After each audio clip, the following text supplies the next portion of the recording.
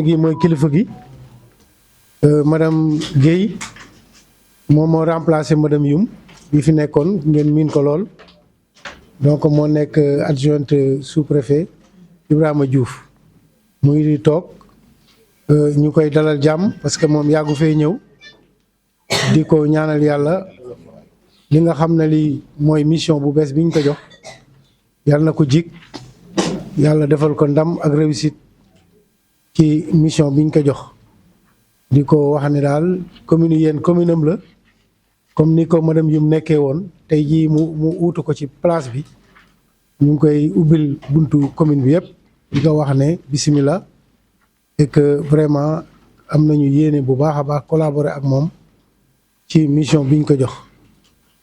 ginnaaw loolu may nuyu mbooloo mi yëpp conseil bi yëpp maa ngi leen di nuyu di leen souhaiter une bonne et heureuse année ci at mi ñuy dugg yàlla def ko atum naataange yàlla def aussi li nga xam ne li moom la ñu passé yàlla defal ñu lu ko gën lu wees suñu njot ñu gërëm ñëpp sant ñëpp di wax ni li nga xam ne li mooy vote de budget bi ñu ngi ci dugg ci bisimilah rahmaani rahim yàlla nañ ko yàlla jeexalal si alhamdulilah rabbil alamin ñu def ko amen bu rafet a rafet nii kii paase wala mu raw yi paase ñu ànd déggoo nekk benn ñu xam ne Jalaaw ñun ñëpp ñoo ko bokk.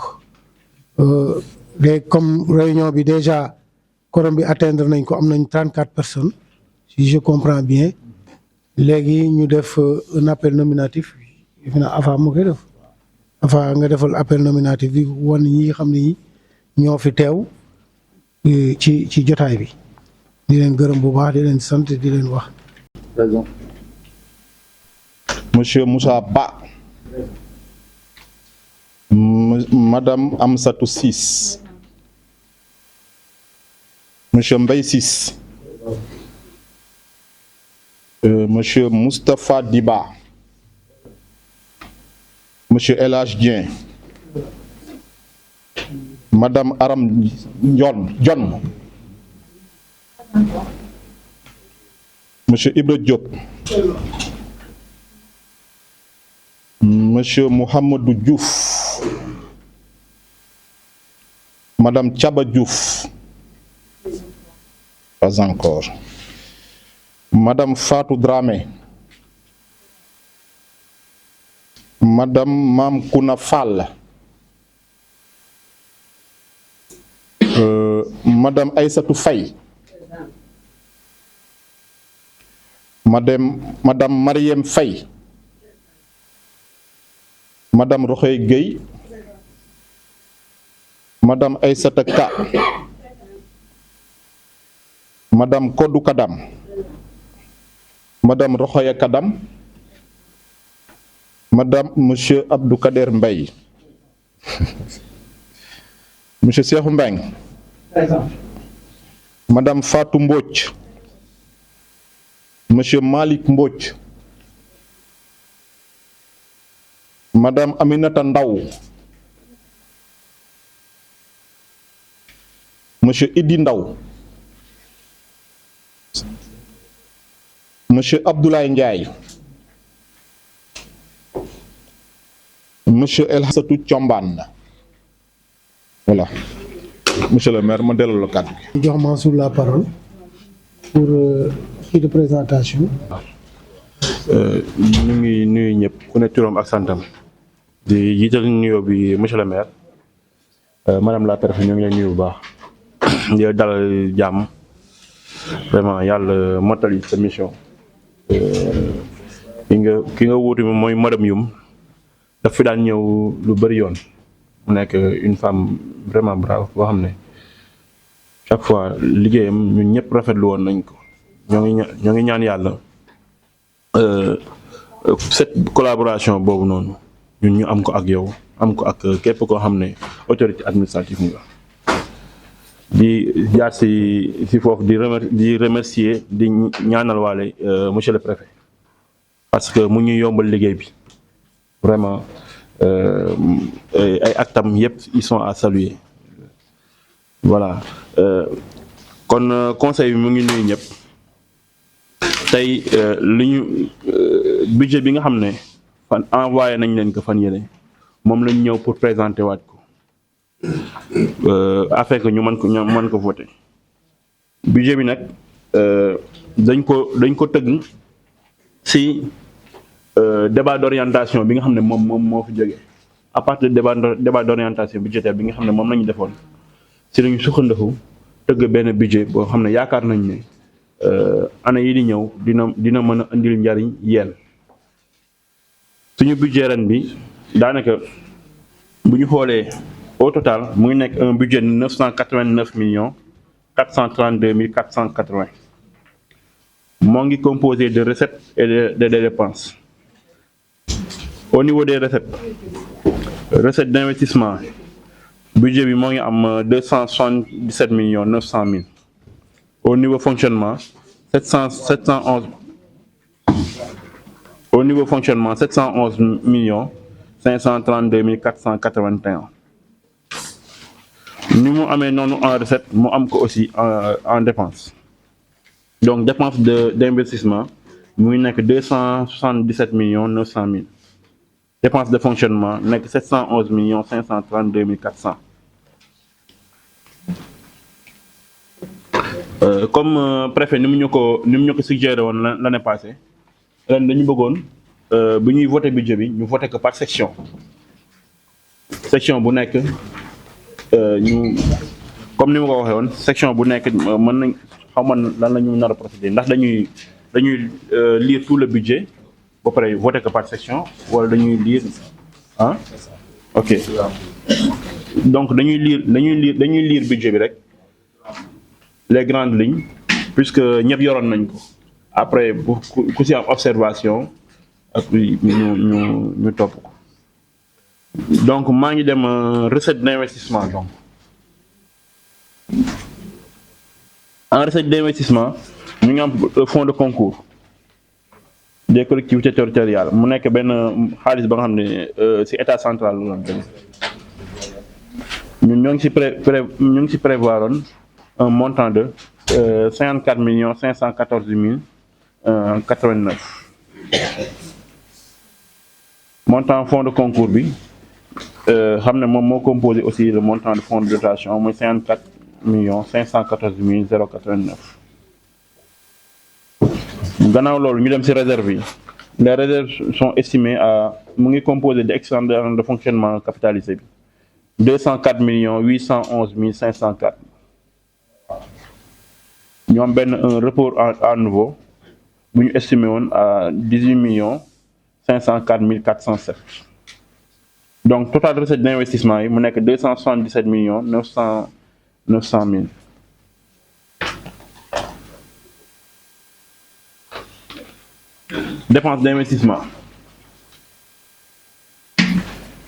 Dépenses d'investissement ñoo ngi commencé au niveau voirie publique. Estimé nañ ne war nañ fa mën a dugal benn 24 millions mën ci liggéey yoon yi aménagement gare routière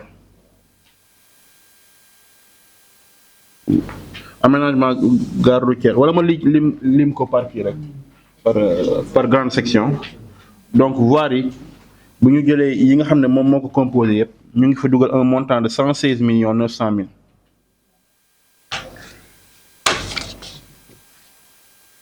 Infrastructure à caractère protection contre les accidents et fléaux calamiteux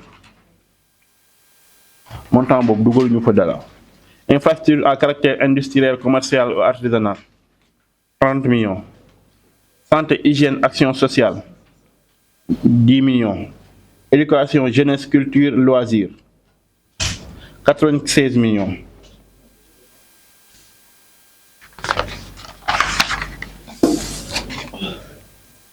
Action de développement 25 millions. Donc total section investissement bi mu ngi nekk 277 900 000. Recette de fonctionnement report à nouveau moom moo ko njëkk composé mu nekk de 183 938 315. Produit de l'exploitation 433 millions 133 787. Produits domaniaux, 4 134 000. Impôts locaux, 39 536 976. Taxes municipales, 14 299 663.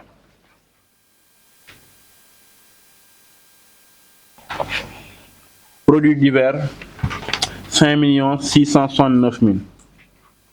Dotation de fonctionnement, 30 820 740. Donc, total recette de section fonctionnement, moi, il n'est que de 711 532 481. Lui, il est estimé que je peux recouvrir côté fonctionnement. Dans li ñu estimé mën nañ ko recouvrer donc ñu dem si sur nan lañ koy dépenser donc ñu dugg si dépense de fonctionnement. Dépense de fonctionnement, premier chapitre boobu mu ngi nekk dette de dépenses et assurance 750 000. Deuxième chapitre bi nekk contingent et participation 40 500 000. Cabinet du maire 27 500 000.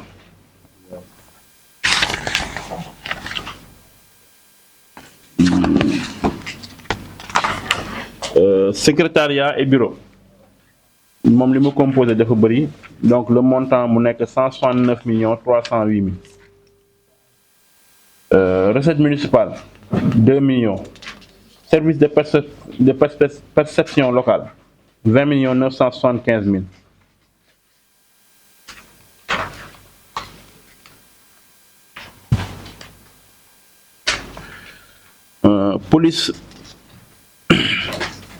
Police municipale et protection des populations contre les accidents et fléaux calamiteux.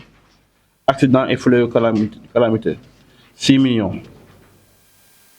Voirie scolaire et jardin 15 millions.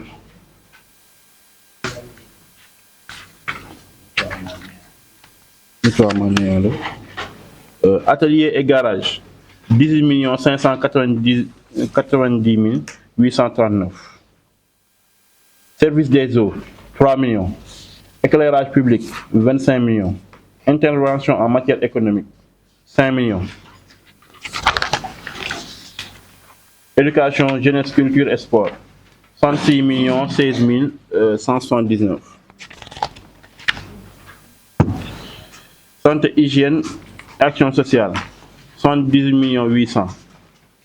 Cimetière et pompe funèbre 5 millions. Fêtes et cérémonies publiques 23 210 959. Opération diverses mu nekk prélèvement pour dépenses d'investissement mu nekk 204 881 504. Donc total dépenses de fonctionnement yi yëpp nekk 711 532 480. Ce qui nous fait un budget équilibré. Donc ma rappelé waat ko rek le budget bu année bu ren bi moo ngi yem si 989 432 480. ñu remercier ñëpp ñi nga xam ne nag depuis débat d'orientation budgétaire ñoom ñoo ngi taxaw ma jàllaat si rek barka démb rek laa jógewaat si monsieur le préfet parce que dama noonu avant ñuy présenter aussi le budget il faudrait que ñu discuter si ak moom si yëpp. Vraiment, on en a discuté. Donc, je veux remercier M. Ibrahima Diouf. Depuis mon ex, je appelé du taxaw sur le bari. Correction ak lepp lo xamné de ci wax mom ngi taxaw. Ma ngi remercier ñep di sante ñep. Assalamu alaykum wa rahmatullah. Djéglu parce que wa trésor aussi dañ ci waron tew. Mais bon, kumba wona malheureusement mom mo waron ñew té dafa am excuse. Voilà. Donc ñu ngi excuser pour ñëpp chaque année ñoom dañ ko daan teewee aussi. fi nga def éducation jeunesse loisir ci bi passé bi ngay rendre compte ci grande ligne bi. waaw éducation jeunesse culture et loisir. waaw parce que bële passé xam nga bi dafa amoon ci biir da nga ci yokkoon sport mais sport bi bii da nga ko dindi si bi ngay rendre compte benn bi si topp muy wax naa ne Pape Adi bii passé avant ñuy def li nga xamante ne mooy lu jëm ci mutuelle bi nañ ko vérifier ba xam ba avant ñu koy defaat ci budget bi. bii passé je crois que waxoon naa Pape Ari mooy mutuelle de santé bi nu mu tudd ci CMU bi avant ñuy koy dugal ci budget bi ñu defal ñu compte rendu parce que 2 ans ngi nii ñu ngi koy def ci budget bi di ko génne te xamuñu ndax nit ñi ñu ngi siy faju wala fajuñu si donc nag voilà te amuñu si benn lu leer après defaat nañ ko ci budget bi. waaw.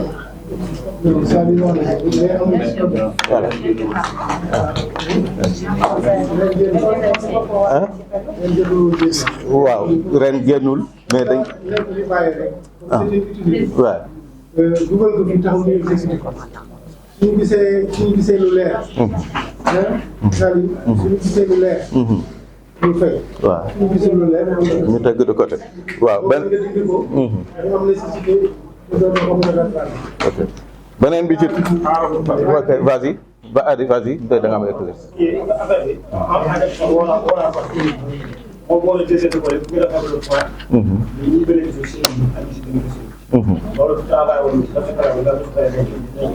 D'accord c'est bien beneen bi aussi mooy li ma waxoon dama koy ñëwaat rek parce que en fait am na ku nekk xam na ne mairie day am ay imprévu mais boo ne dépense divers dafa yaatu pour man waxoon naa ko daaw nee naa leen bàyyi leen ngeen di def dépense diverses parce que diverses dafa yaatu d'accord nañ ne commune bi day am ay imprévu yoo xamante ne doo xam fan nga koy jële mais ngeen wutal ko tur boo xamante ne du doon diverses te loolu sous-préfet aussi àddu woon na ci daaw ci diverses bi.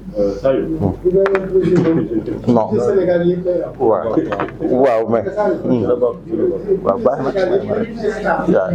Ibrahima Diouf di nuyu l'ensemble des conseillers municipaux de la commune de Yène di wax na ci présentation bi rek laa bëggoon am benn point bu ma ci gis ma bëggoon ñu def ci tuuti rectification avant ñuy jàll ci votre budget bi concernant dépense de fonctionnement yi ci première page bi dañu def 711 millions 532 480 francs or que ci boo xoolee recette de fonctionnement bi ci kaw dafa am différence 1 franc 711 millions 532 481 francs. Bon, c'est une erreur qui frappe à l'œil nu. Je veux rectifier parce que la répercussion est très top budget bi ba ci dernière page. Bobu observation là amone man nañ rectifier avant ñu ci yegg. OK, donc nous passons au vote. Première session bi moy investissement 277 millions 900 000. Donc qui vote pour? UBC. Qui vote contre? Abstention. Donc voter à l'unanimité. Nous sommes dans section 2, oui, fonctionnement. 71 532 400 ou 480. Mansour mooy xool fan la erreur bi nekk ñu rectifier ko. Erreur de frappe là, waaw. Qui vote pour? OK. Qui vote contre? Abstention. Donc voter à l'unanimité. Donc nous avons le budget global qui est de 989 432 480. Qui vote pour? Qui vote contre? Donc voter à l'unanimité. Abstention, il n'y en a pas. Donc le budget est voté à 989 millions 432 480.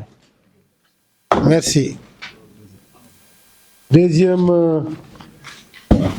point, moi, autorisation au maire, autorisation donnée au maire au cours de la gestion 2026 de signer des contrats baux et conventions, donner des subventions aux ASC et aux lieux de culte, donner des secours aux indigents et aux sinistrés, effectuer des voyages à l'étranger seuls ou en délégation, pourra s'adjoindre toute personne dont la compétence est nécessaire à la mission et c'est à la justice.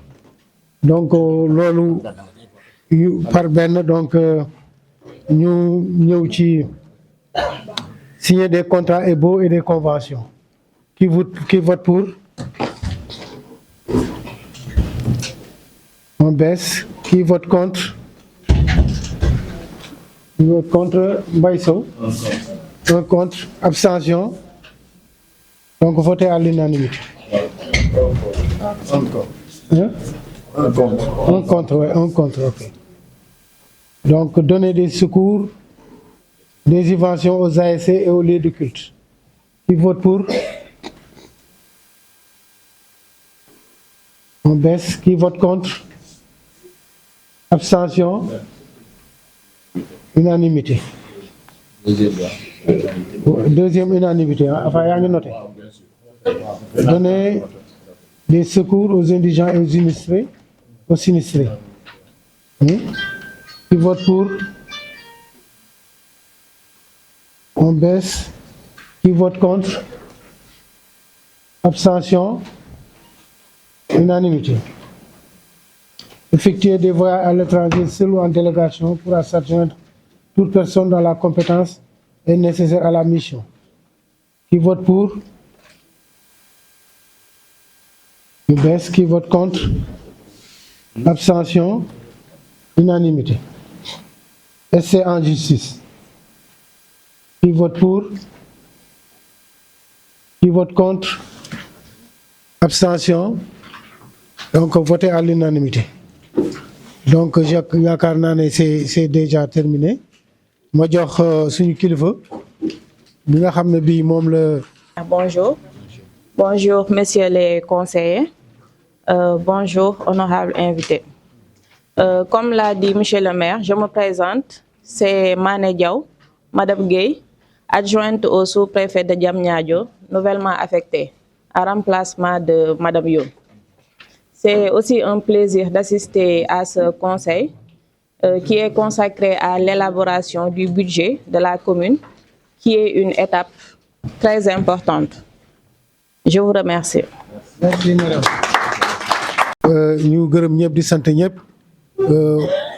aussi yóbbante nuyoo parce que avant dana woon sax bu ko wax waaye comme président bi ñu demee seeti ko semaine bële passé yéen ñëpp vous êtes au courant dañu ko joxoon nuyoo waa Yène muy conseil municipal bi ak toute la population de Yène mu delloo ñu nee na bu ngeen ñu demee da ngeen ñu nuyul waa Yène gërëmal ma leen sant leen wax ne maire yëpp commune yëpp bu ñu meloon ni commune Yène konte dina mën a liggéey bu mucc ayib ci réew mi nga xam ne moom la Sénégal dénk te muy le président de tous les Sénégalais. ñu ne problème du ñàkk ku si ne am nga loo war a revendiquer am nga loo xam ne li métti la ci dëkk nga war ko indi poser ko ci pose boo xam ne bi bu rafet la pose boo xam ne bi bu responsable la su ko defee ñu mën a partager état bi wax li mu mën ak lu mu mënul ba population bi mu dugg seen bopp jóg explication nécessaire yëpp. Donc loolu naa ne woon naa leen ko wax parce que yóbbante la woon te vraiment yóbbante àq la ñuy gërëm ñëpp di sant ñëpp jërë ngeen jëf.